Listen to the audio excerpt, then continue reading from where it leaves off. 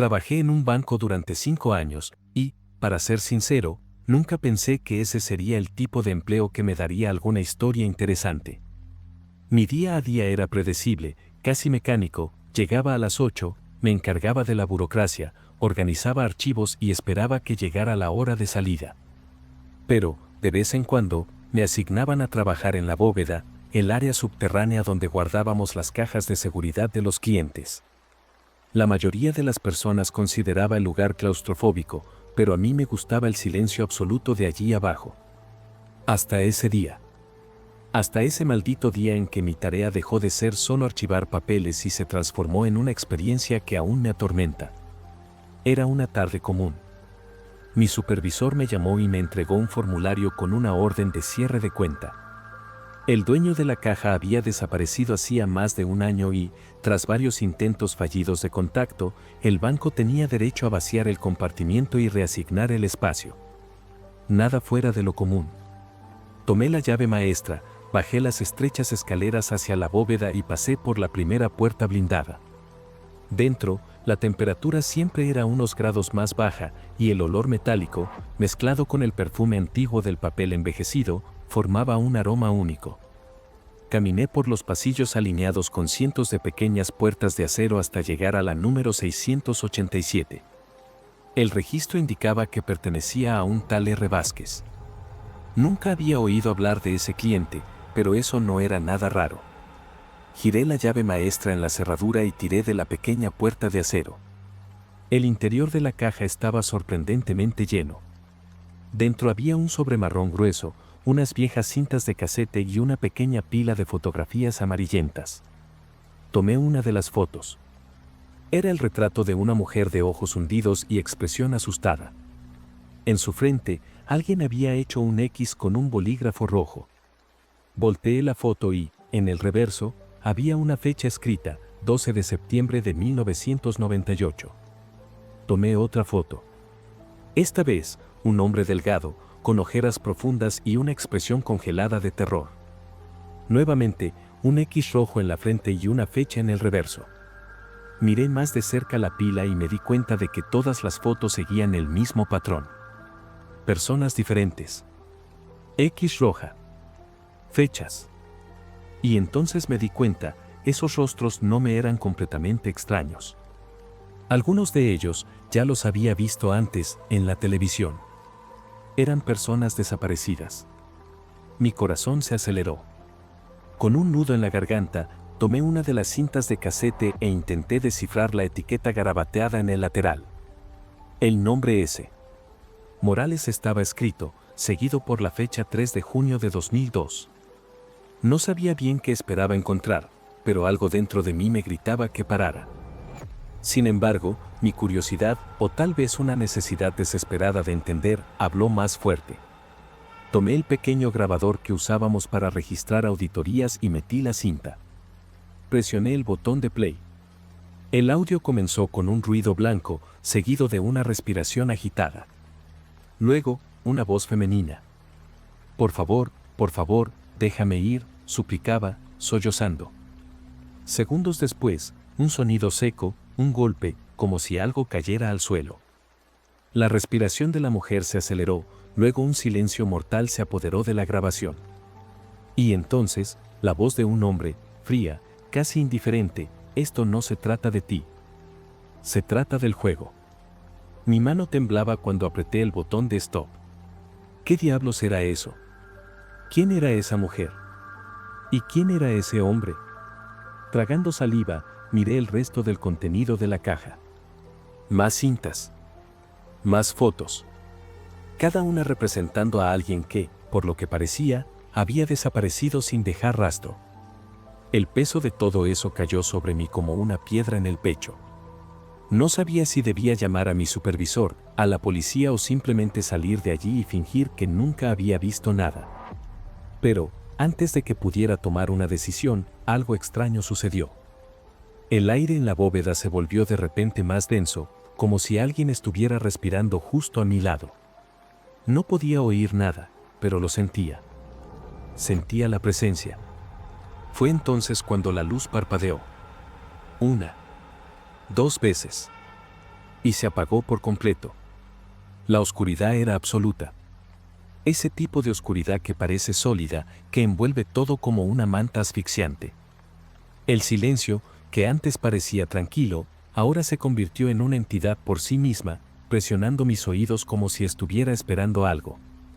Metí la mano en el bolsillo, tratando de encontrar mi celular para usar la linterna, pero antes de que pudiera sacarlo, escuché un sonido, un clic metálico proveniente de la puerta de salida.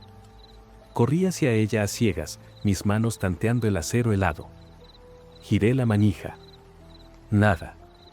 Estaba cerrada. Intenté mantener la calma, pero era imposible. Golpeé la puerta con fuerza, grité pidiendo ayuda, pero sabía que nadie me escucharía. La bóveda estaba diseñada para ser a prueba de sonido y con máxima seguridad. Si nadie en el piso superior prestaba atención, podría quedarme allí durante horas. Saqué el celular con manos temblorosas y encendí la linterna. El haz de luz titilante reveló las estanterías alineadas, las cajas de seguridad y algo más. Algo que no debería estar allí. Al final del pasillo, entre las sombras, una silueta. Era alta y delgada, casi esquelética. No podía ver su rostro, pero sentía que me miraba directamente. La luz de mi celular parpadeó una vez. 2. Y luego se apagó. La oscuridad regresó con fuerza total, tragándome junto con mi desesperación. Un frío subió por mi espina dorsal cuando escuché un sonido bajo y arrastrado, como pasos raspando el suelo. El aire se volvió aún más pesado, y me di cuenta de que ya no estaba solo allí. Con el corazón acelerado, me presioné contra la puerta, como si eso pudiera protegerme de esa cosa.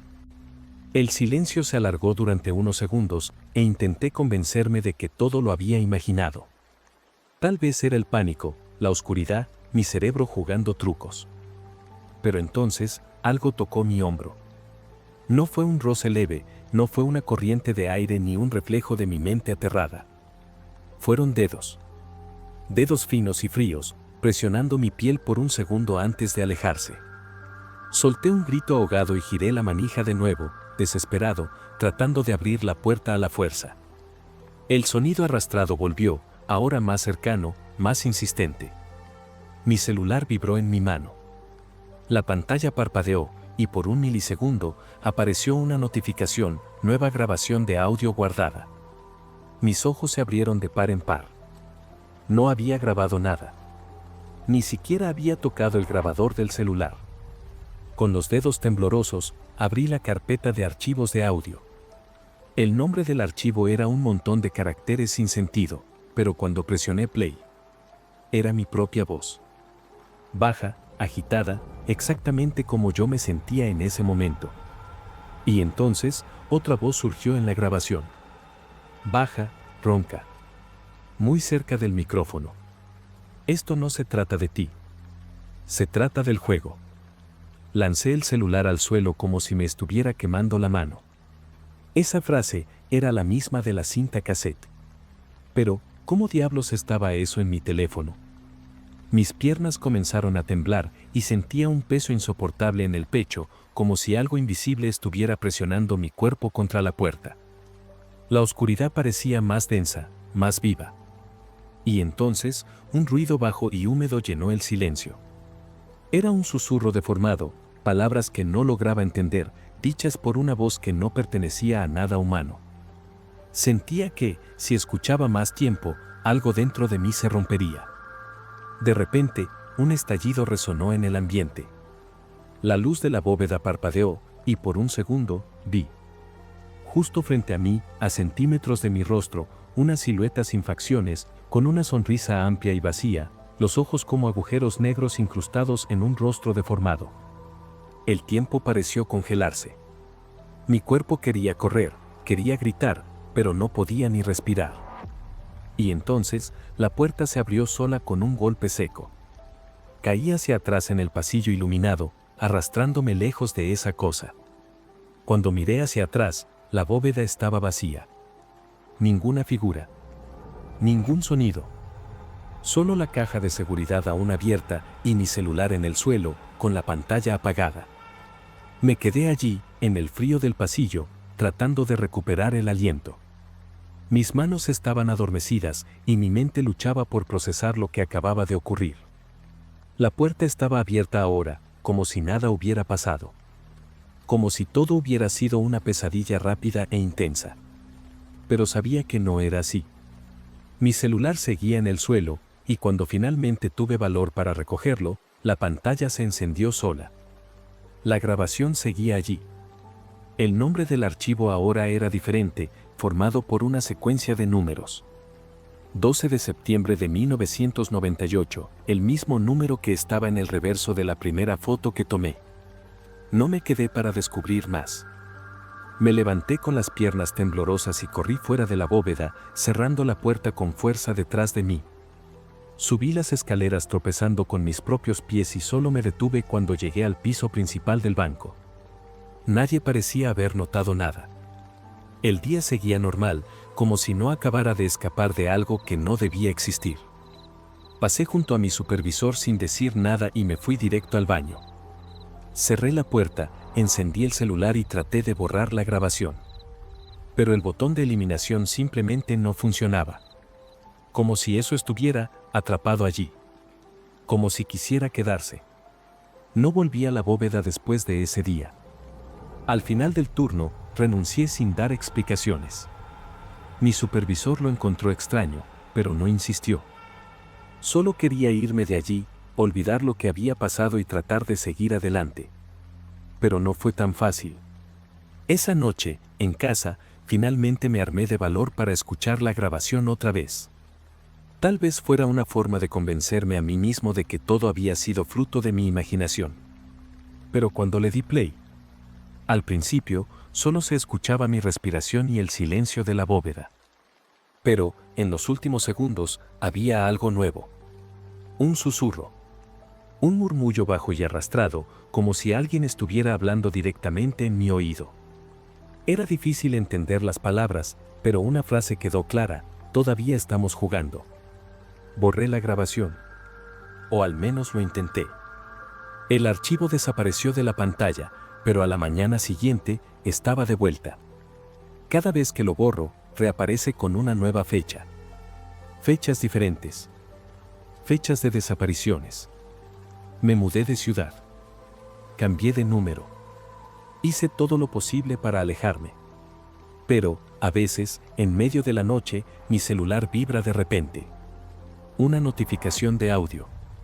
Nunca más tuve valor para abrirla. Pero, ¿y si algún día es mi fecha la que aparece en el archivo?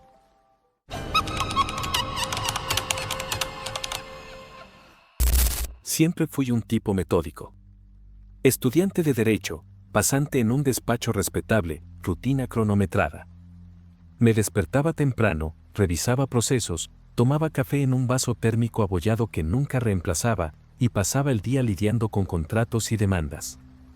Nada emocionante, nada fuera de lo común. Pero ese martes, mientras organizaba archivos digitales para uno de los abogados senior, ocurrió algo extraño. Entre los archivos rutinarios, apareció un PDF sin título en la carpeta de revisión. No había remitente identificado, ni protocolo registrado. Pensé que era un error.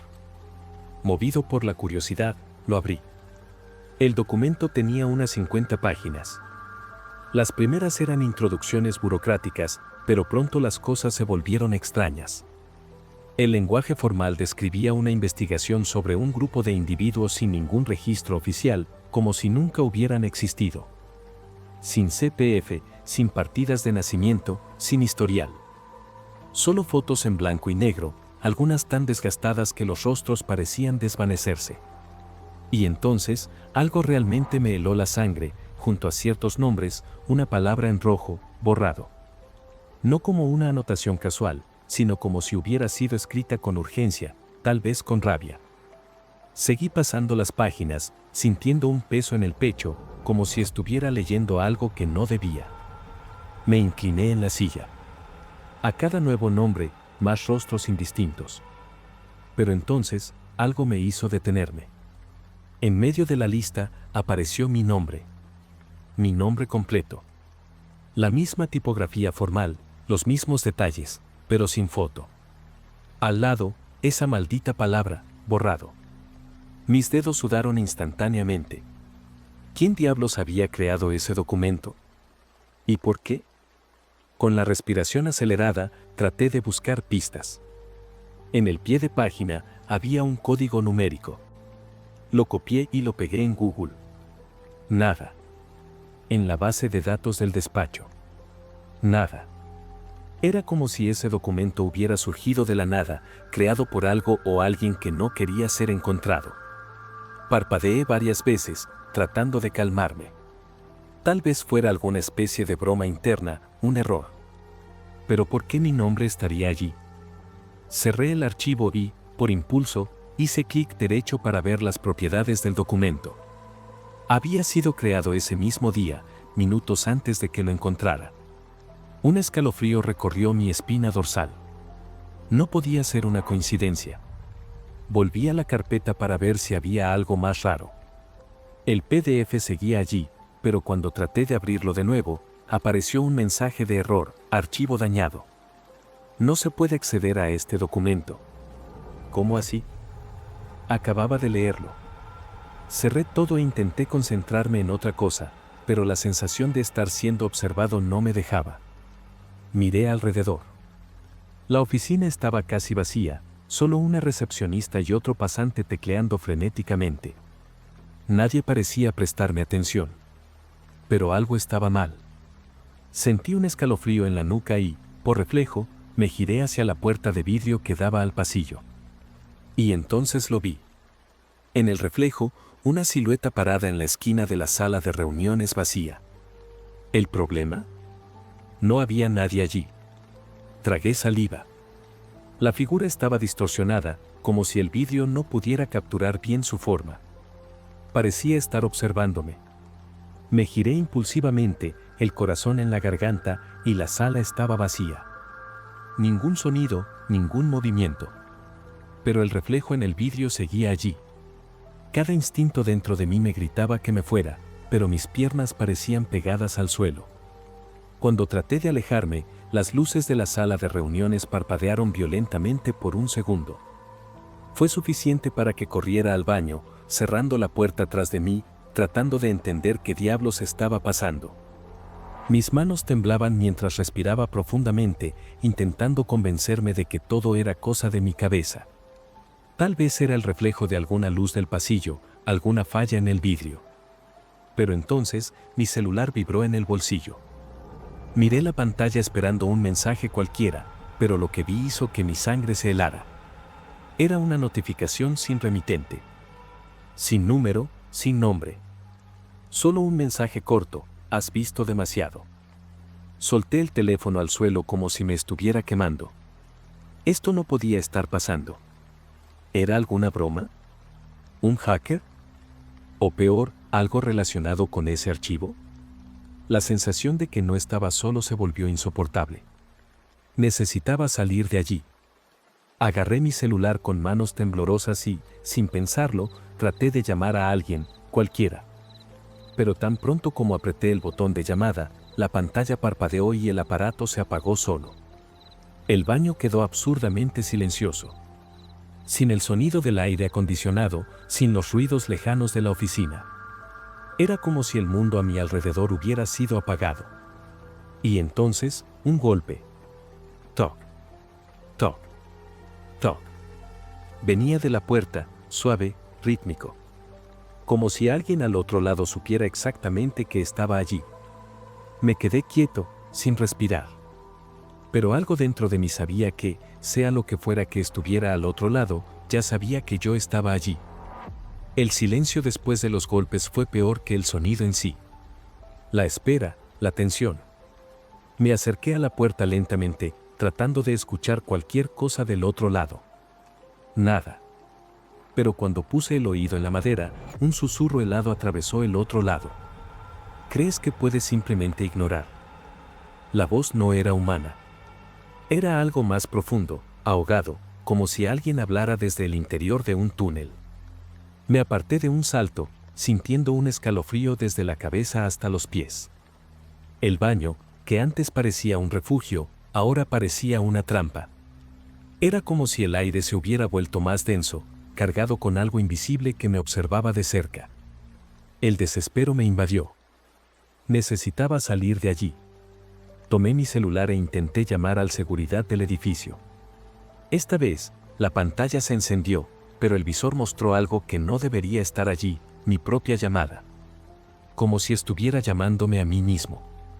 El timbre del celular resonó en el baño, alto, distorsionado, fuera de lugar. Mis manos sudaban mientras miraba la pantalla, incapaz de presionar ningún botón. Y entonces, el nombre en la pantalla cambió. El contacto ya no era mi número, ni seguridad. Era borrado. Mi corazón se disparó. Era un error. ¿Alguna broma? Pero antes de que pudiera reaccionar, el celular contestó solo. Y al otro lado, la misma voz ahogada susurró, ahora es tarde. Tiré el celular al suelo como si acabara de tocar algo podrido. El sonido de su impacto contra el piso de azulejos resonó en el baño vacío, pero ya no podía concentrarme en nada más que en esa sensación asfixiante de que algo se estaba cerrando a mi alrededor. El aire se sentía más pesado, como si la misma habitación estuviera contrayéndose. La luz fluorescente parpadeó una, 2 veces, y luego se estabilizó, pero algo no estaba bien. Muy mal. El reflejo en el espejo sobre el lavabo no me seguía. Yo seguía allí, temblando, pero mi reflejo estaba ligeramente desincronizado, como si estuviera un segundo atrasado, los ojos demasiado oscuros, demasiado profundos. Si eso no era mi reflejo, ¿qué era?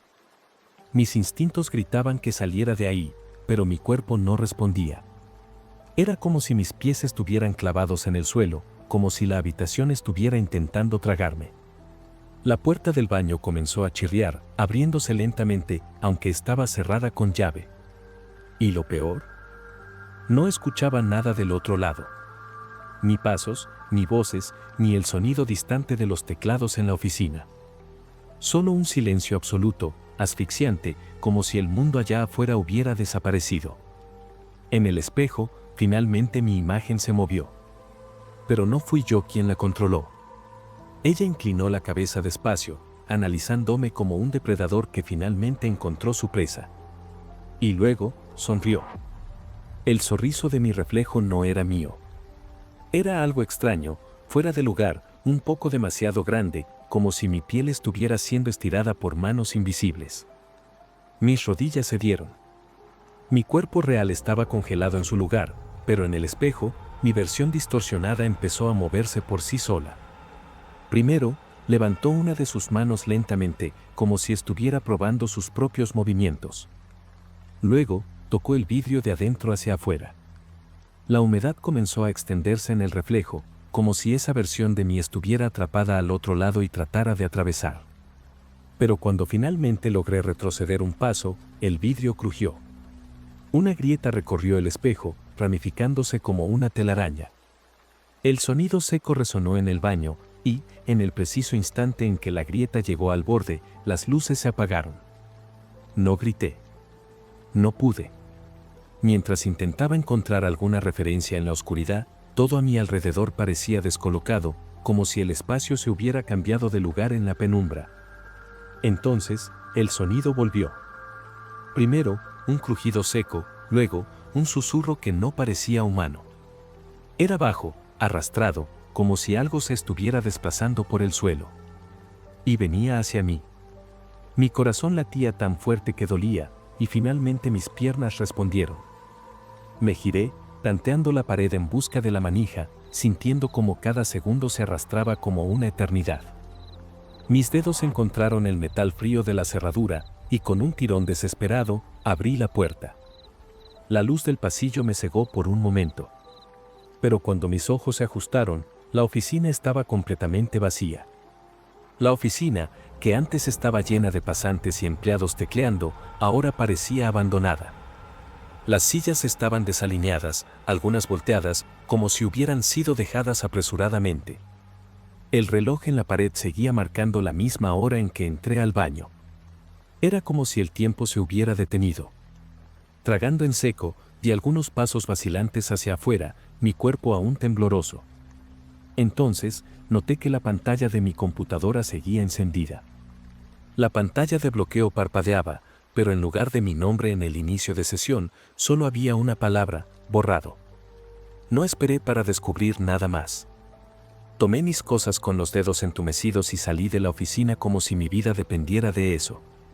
El ascensor parecía tardar una eternidad en llegar al primer piso, y cada segundo detenido ahí dentro me hacía sentir que algo podría aparecer en el reflejo del acero pulido. Cuando finalmente pisé la calle, el aire frío de la noche me golpeó, arrancándome un respiro que ni siquiera sabía que estaba reteniendo. Corrí sin mirar atrás. Al día siguiente, pedí mi renuncia. Nunca le conté a nadie lo que sucedió. Pero, a veces, cuando estoy solo en casa, siento un leve desfase en el reflejo del espejo. Y cada vez, me pregunto, ¿será que esa noche fui yo quien salió de ese baño?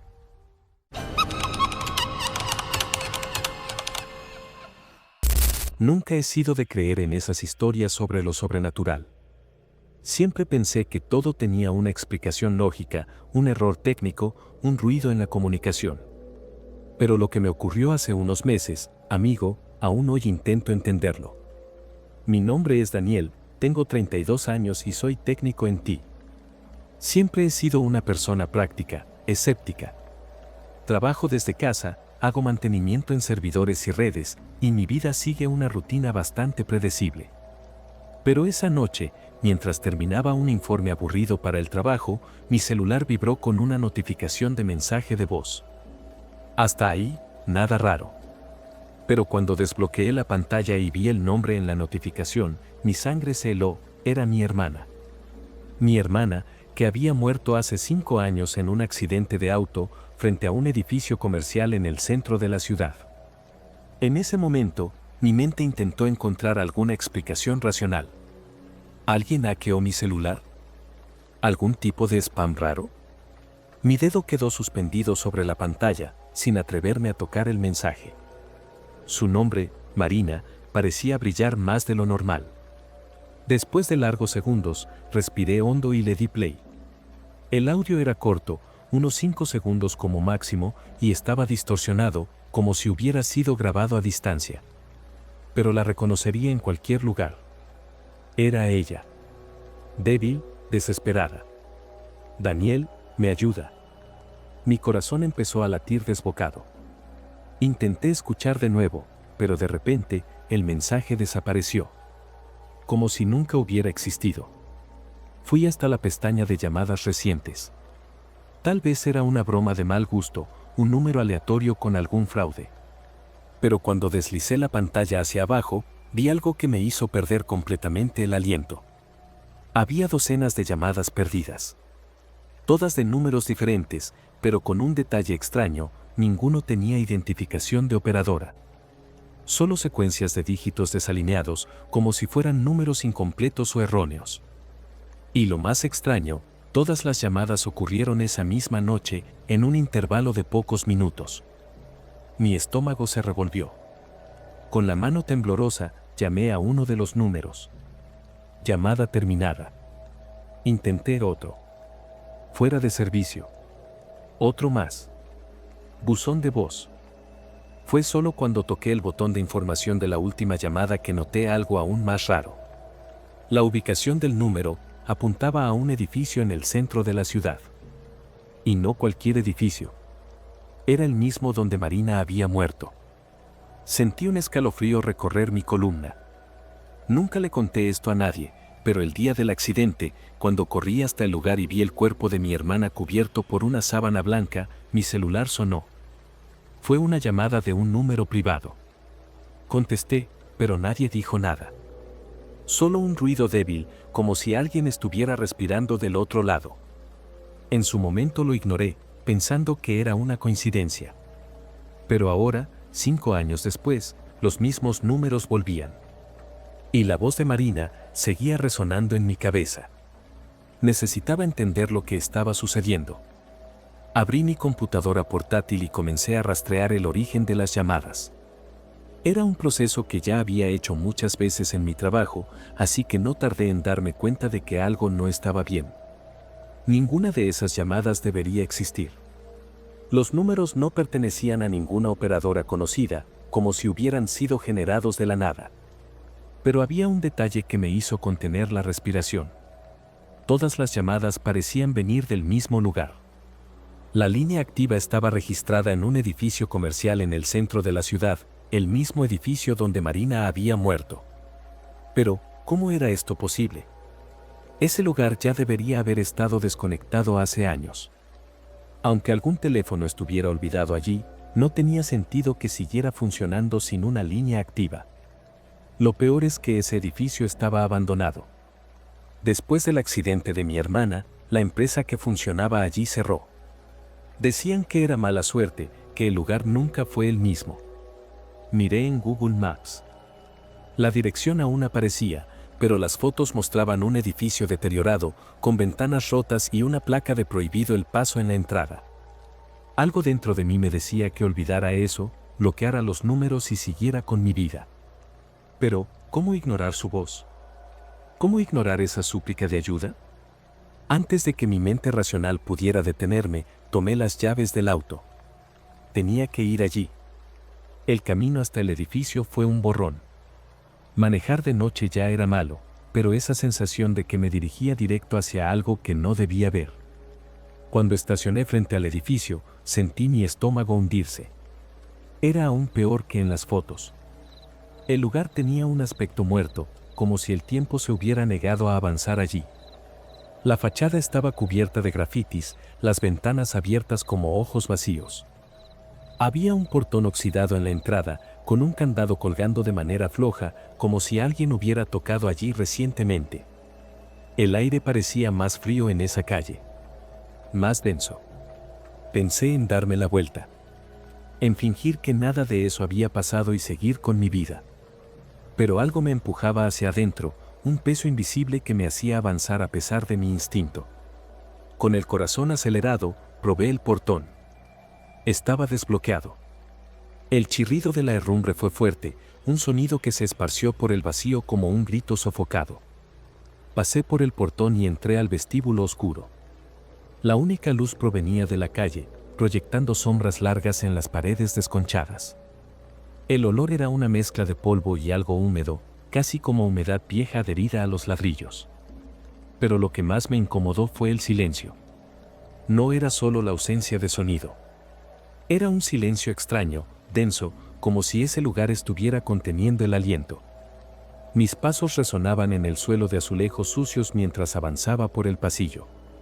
No sabía exactamente qué estaba buscando, pero mi cuerpo parecía moverse solo, como si algo dentro de mí ya supiera el camino. Pasé por antiguas salas vacías, puertas entreabiertas que revelaban mesas cubiertas de polvo y sillas caídas.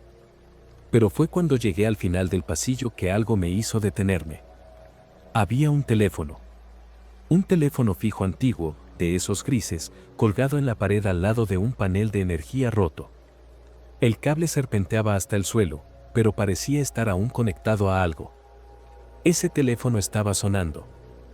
El sonido me paralizó. Era un toque insistente, apagado, pero imposible de ignorar.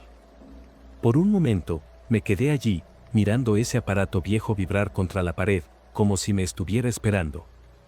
Mis dedos estaban congelados cuando extendí la mano y levanté el auricular. Por un segundo, todo lo que escuché fue estática. Luego, un zumbido largo, como si alguien estuviera respirando del otro lado. Entonces, vino la voz.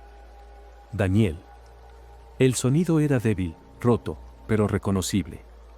Mi hermana. ¿Por qué tardaste tanto? Mi cuerpo entero se paralizó. Era imposible. Marina estaba muerta. Pero allí estaba su voz, frágil y desesperada, atravesando el silencio de ese edificio olvidado. Mi corazón latía tan fuerte que casi no podía respirar. Intenté hablar, pero mi garganta parecía cerrarse. El teléfono temblaba en mi mano, como si de repente se hubiera vuelto más pesado.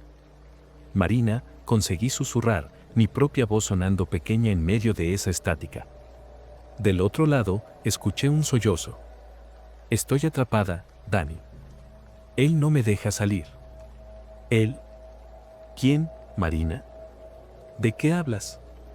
El zumbido se hizo más fuerte, como si algo estuviera interfiriendo en la llamada. Entonces, desde el fondo de la línea, un sonido bajo, casi un susurro, cortó la interferencia. No era la voz de mi hermana. Era algo más grave, más profundo, cargado de algo que no parecía humano. El sonido llegó primero como un gruñido, luego se transformó en palabras distorsionadas. Ella nunca se fue. Mi visión se nubló. La línea comenzó a emitir un pitido más fuerte y, antes de que pudiera reaccionar, el teléfono se apagó solo, con un chasquido seco. El silencio regresó, aún más pesado. Mis manos temblaban tanto que apenas pude soltar el auricular. Miré alrededor, sintiendo mi pecho subir y bajar en un ritmo frenético. El edificio seguía igual, vacío, inmóvil. Pero entonces noté algo que no había visto antes. La puerta al final del pasillo estaba entreabierta. Y, por debajo de ella, una sombra se movía. Cada paso hacia esa puerta hacía que el aire a mi alrededor se volviera más denso, como si caminara contra algo invisible. El suelo crujía bajo mis pies, pero el resto del edificio seguía sumido en ese silencio asfixiante. Cuando llegué cerca, vacilé. La sombra seguía allí. Pequeña, inmóvil, como si supiera que yo estaba allí. Mi corazón parecía querer desgarrar mi pecho. Respiré hondo y, en un impulso, empujé la puerta. Lo que vi al otro lado me quitó el aliento. La habitación era una oficina antigua, pero parecía diferente al resto del edificio. No tenía polvo, no olía a moho. Era como si ese lugar estuviera preservado en el tiempo. Pero lo que realmente me heló la sangre fue el teléfono. En el centro de la sala, sobre una mesa impecable, había un aparato idéntico al que había atendido en el pasillo. Solo que este estaba fuera del gancho, con el cable colgando hasta el suelo.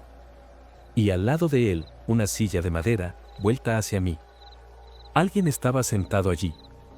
La silueta era delgada, inmóvil, y el cabello oscuro caía sobre los hombros. Mi estómago se revolvió. Marina, mi voz salió como un susurro. La cabeza de la figura se inclinó levemente hacia un lado. Y entonces, muy despacio, comenzó a girarse. No quería ver. Todo en mí gritaba para cerrar los ojos, para salir corriendo de ese lugar y nunca más mirar atrás. Pero no pude moverme.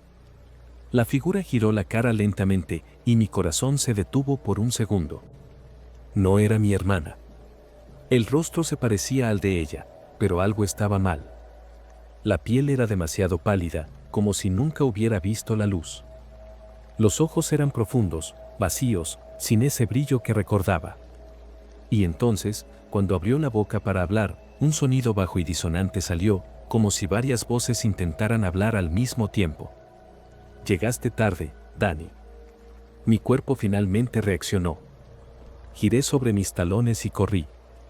Corrí sin mirar atrás, ignorando los pasillos oscuros, ignorando el teléfono que volvió a sonar insistentemente detrás de mí. El edificio parecía más grande, los pasillos más largos, como si el lugar intentara mantenerme allí dentro. Cuando llegué a la puerta de salida, empujé con todas mis fuerzas y tropecé hacia afuera, casi cayendo al asfalto. El silencio afuera parecía ensordecedor después de ese horror. Pero antes de que pudiera recuperarme, mi celular sonó. Miré la pantalla con los dedos temblorosos. El número era desconocido. El mismo formato extraño de las llamadas anteriores. Mi pecho subía y bajaba descontrolado. No debía contestar. Sabía que no debía contestar. Pero, en un impulso irracional, deslicé el dedo por la pantalla y llevé el celular a mi oído. Daniel. La voz de ella. Él no me deja salir. La llamada se cortó. Desde esa noche, las llamadas nunca pararon.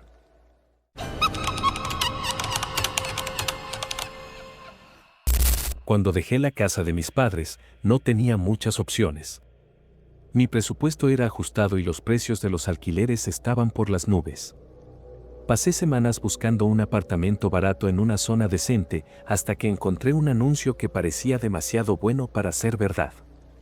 Un edificio recién desocupado, con unidades nuevas, ubicado a pocos minutos del centro de la ciudad y, lo mejor de todo, con un alquiler ridículamente por debajo del mercado. Llamé de inmediato. El corredor, un tipo con voz rasposa y apurada, dijo que podía mostrarme el apartamento esa misma noche. No lo dudé ni un segundo. Llegué al edificio alrededor de las 8 de la noche. Era una construcción gris, alta, con una arquitectura algo sosa, pero parecía estar en buenas condiciones. El corredor me esperaba en la entrada, fumando nerviosamente. Poca gente viene a ver este lugar, comentó, apagando el cigarro con el zapato. Me pareció raro, pero no pregunté nada. Me llevó al quinto piso y abrió la puerta del apartamento. Era espacioso, amueblado y tenía una vista excelente de la ciudad. Cerré el trato al instante. Solo después, mientras firmaba los papeles, me di cuenta de que evitaba mirarme a los ojos. Al día siguiente, me mudé. No tenía muchas cosas, solo algunas cajas y una maleta de ropa. El edificio estaba demasiado silencioso. No veía vecinos en los pasillos, ni escuchaba sonidos de televisión o música provenientes de otros apartamentos. Incluso el conserje, un hombre delgado con los ojos hundidos, parecía evitar cualquier tipo de conversación.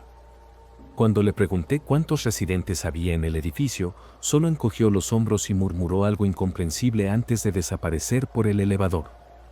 Al principio pensé que solo era un lugar tranquilo, pero pronto empecé a darme cuenta de que ese silencio era raro. Un silencio que parecía estar lleno de algo invisible, una ausencia de vida que me incomodaba sin que pudiera explicarlo. La primera noche todo estuvo bien. Pero la segunda, me desperté a medianoche con el sonido de la televisión del salón encendida. El control remoto estaba exactamente donde lo había dejado, sobre la mesita, y la TV estaba sintonizada en un canal fuera de servicio, con ese molesto ruido blanco. Pensé que era algún defecto y la apagué. Volví a la cama. Menos de una hora después, escuché la nevera abrir y cerrar sola en la cocina. Tomé mi celular para llamar a la portería, pero antes de poder marcar, el teléfono del apartamento sonó. El aparato estaba en la pared del salón y el sonido cortó el silencio de la madrugada como una navaja. Me quedé parado, mirando cómo sonaba. Algo dentro de mí me decía que no debía contestar. Dejé el teléfono sonar hasta que se detuvo. Todo mi cuerpo estaba tenso. Intenté convencerme de que era una llamada equivocada, pero algo me decía que no era así. Tomé valor y revisé el identificador de llamadas. No tenía sentido. El número que había llamado consistía únicamente en ceros. Sin código de área, sin ningún otro dígito. Solo 000, 000, 0000. Volví al cuarto tratando de ignorar el malestar, pero pasé el resto de la noche despierto, escuchando cada pequeño ruido en el apartamento. La sensación de que no estaba solo era abrumadora. Al día siguiente, salí temprano y decidí hablar con el conserje. Lo encontré barriendo la entrada del edificio y esta vez fui directo. Le pregunté si ese piso estaba realmente vacío y si ya había habido problemas eléctricos en los apartamentos. Detuvo la escoba y me miró por un momento, con los ojos pequeños y hundidos. Luego, sin decir nada, solo asintió con la cabeza para que lo siguiera. Me llevó a la sala de correspondencia, abrió un cajón con llave y sacó un montón de cartas. Esto es de gente que vivía aquí y desapareció. No dejaron recados. No se llevaron los muebles. Simplemente desaparecieron. Tiró uno sobre la mesa y me miró con algo entre lástima y advertencia. Si fuera tú, me iría antes de ser el siguiente. Salí de allí con la cabeza dando vueltas.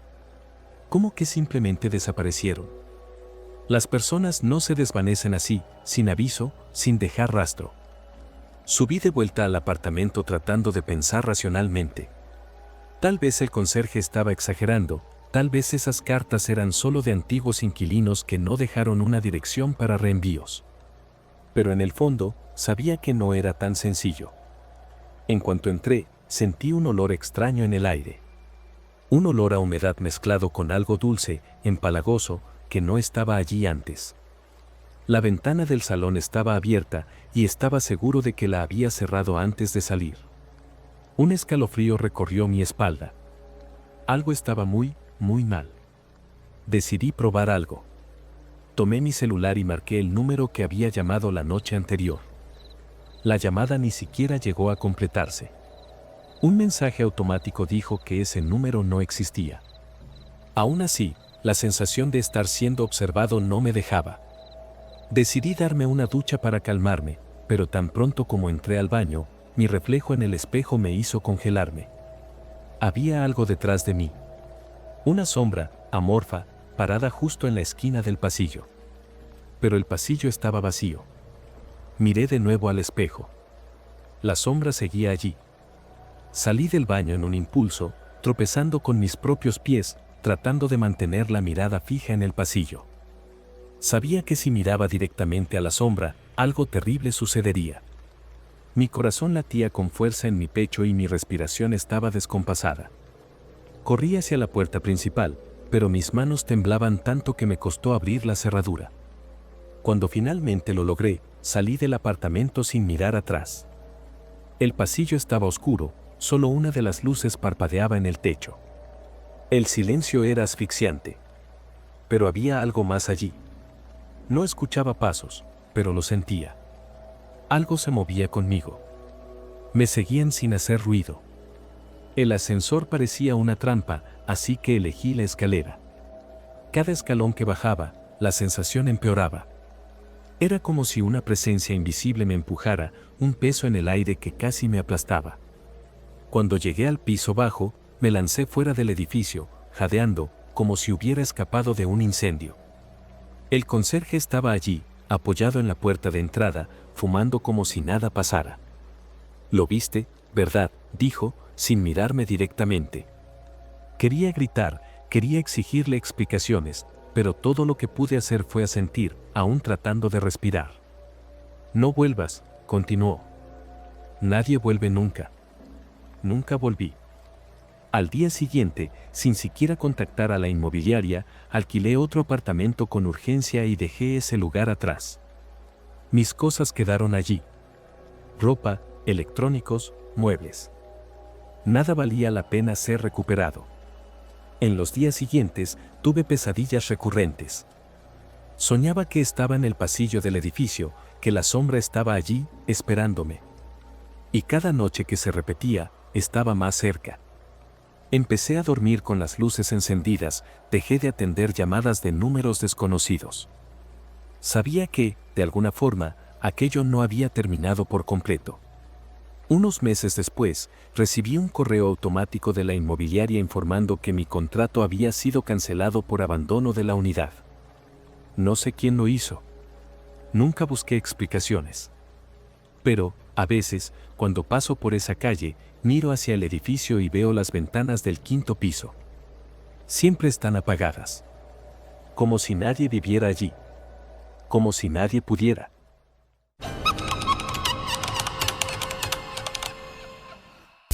Trabajo como psiquiatra desde hace más de 10 años y en todo ese tiempo he escuchado todo tipo de historias extrañas. Personas jurando que están siendo perseguidas por sombras, viendo rostros en lugares donde no deberían estar, oyendo voces que nadie más escucha. La mayoría tiene una explicación clínica: paranoia, esquizofrenia, trastorno disociativo. Pero hace algunos meses recibí un paciente que me hizo dudar de todo eso. Su nombre era Mauricio, al menos así estaba registrado en el formulario de atención. Era un hombre de unos 40 años, delgado, con ojeras profundas y una expresión exhausta, como alguien que no duerme bien desde hace mucho tiempo. Entró a mi consultorio con una mirada inquieta, siempre revisando las esquinas de la sala, y lo primero que me dijo fue: «Alguien me sigue». Pero no puedo recordar cómo es.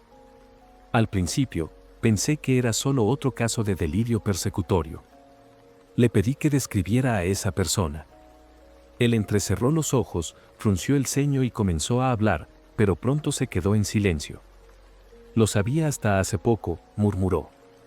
Intenté guiar su memoria: altura, ropa, cabello, cualquier cosa.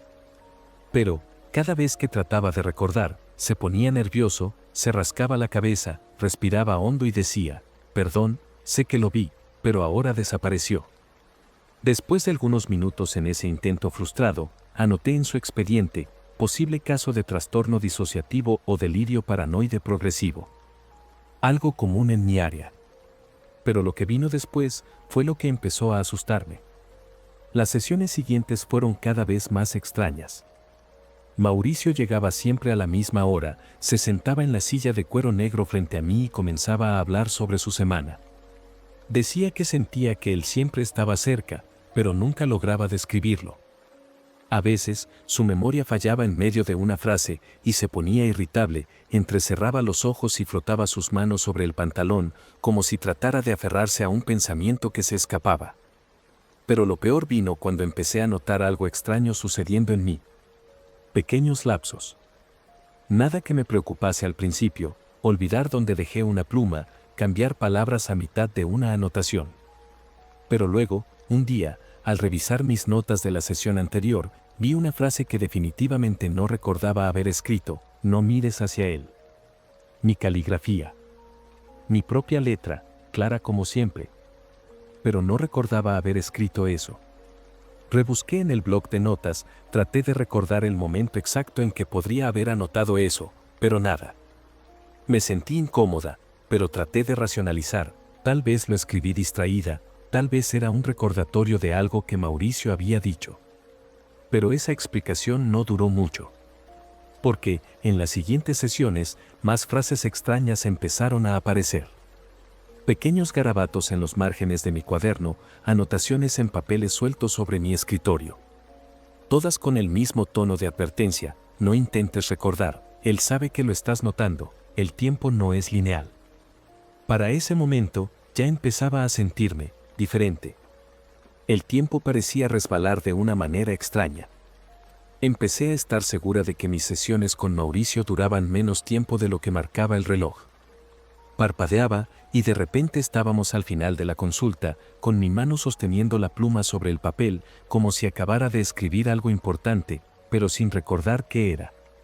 Una vez, mientras anotaba sus palabras, sentí un repentino escalofrío subir por mi nuca y, sin entender por qué, mi mano empezó a temblar. Mauricio dejó de hablar y me miró. «¿Lo sentiste, verdad?», me preguntó, con un tono de desesperación contenida. No supe qué responder. Fue entonces cuando decidí probar algo.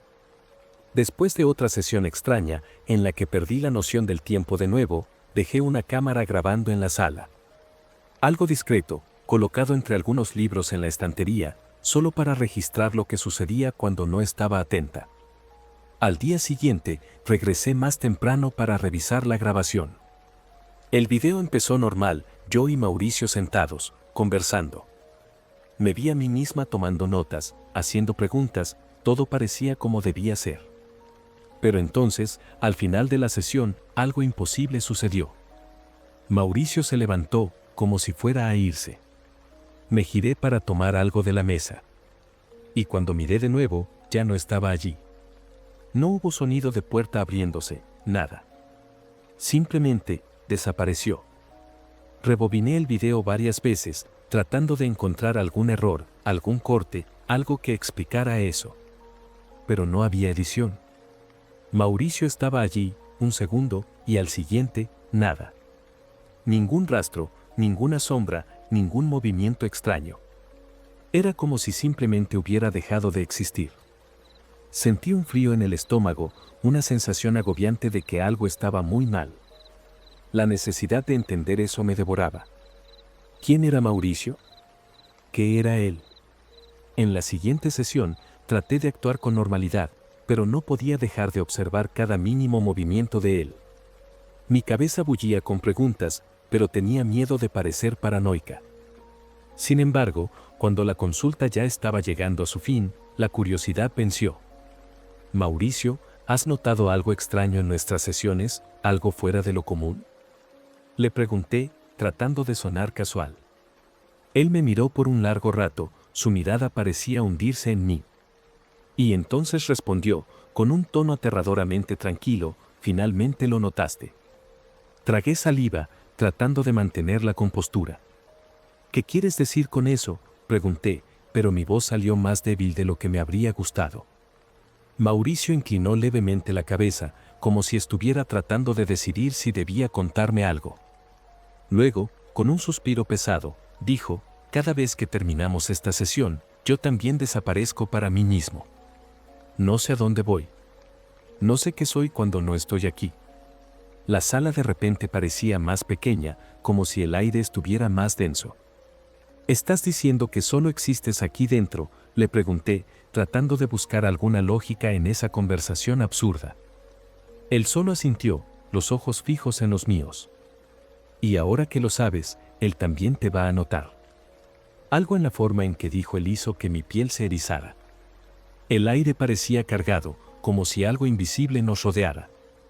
Un pensamiento cruzó por mi mente, un pensamiento que no quería aceptar, ¿y si no era solo paranoia de él? ¿Y si algo, de hecho, nos estaba observando? Mi instinto me gritaba que terminara con esa sesión, pero al mirar el reloj, me di cuenta de algo imposible. Habíamos comenzado a las 14. Ahora el reloj marcaba las 14:11. 11 minutos. Estaba completamente segura de que habíamos conversado por mucho más tiempo. Mi pecho se apretó y, antes de que pudiera decir algo, Mauricio soltó un largo suspiro. Ya está pasando. Mi visión se nubló por un instante. El aire parecía vibrar a mi alrededor, como si la propia realidad estuviera inestable. Parpadeé con fuerza, tratando de recomponerme, y cuando miré nuevamente a Mauricio, parecía diferente. No físicamente, pero como si su presencia estuviera disolviéndose, como un reflejo en una superficie de agua temblando por el viento. El miedo me invadió. ¿Qué está pasando?, susurré, pero él no respondió. Solo me miraba, como si ya supiera que eso iba a suceder.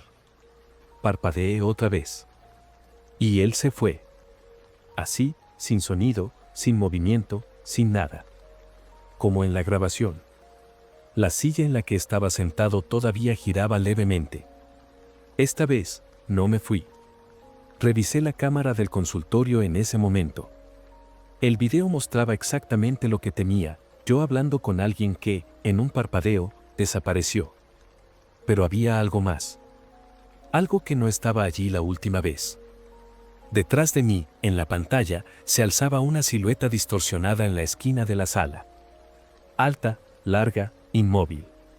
Y entonces, mientras observaba, vi mi propia mano tomando una pluma y escribiendo, sin recordar haberlo hecho. Un billete en mi propio bloc de notas, con letras apresuradas y temblorosas: no mires hacia él.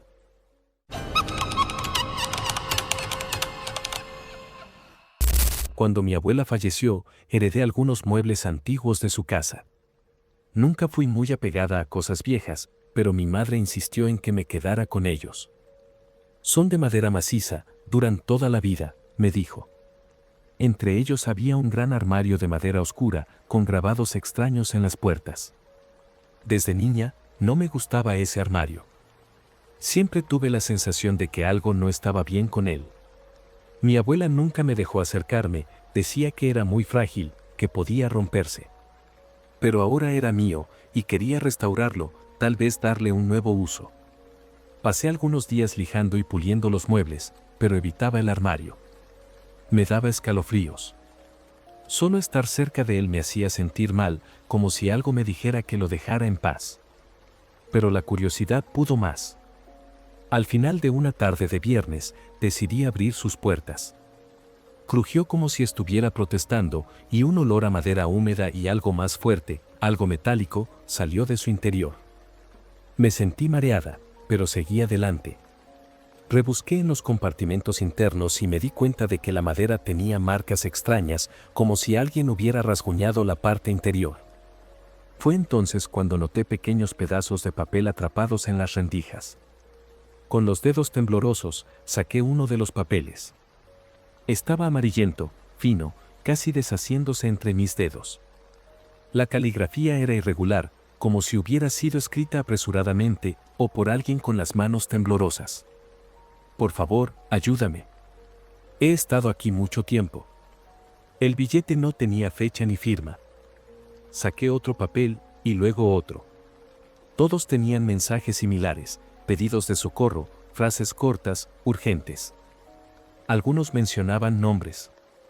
Mi nombre es Luis. Alguien, sáquenme de aquí.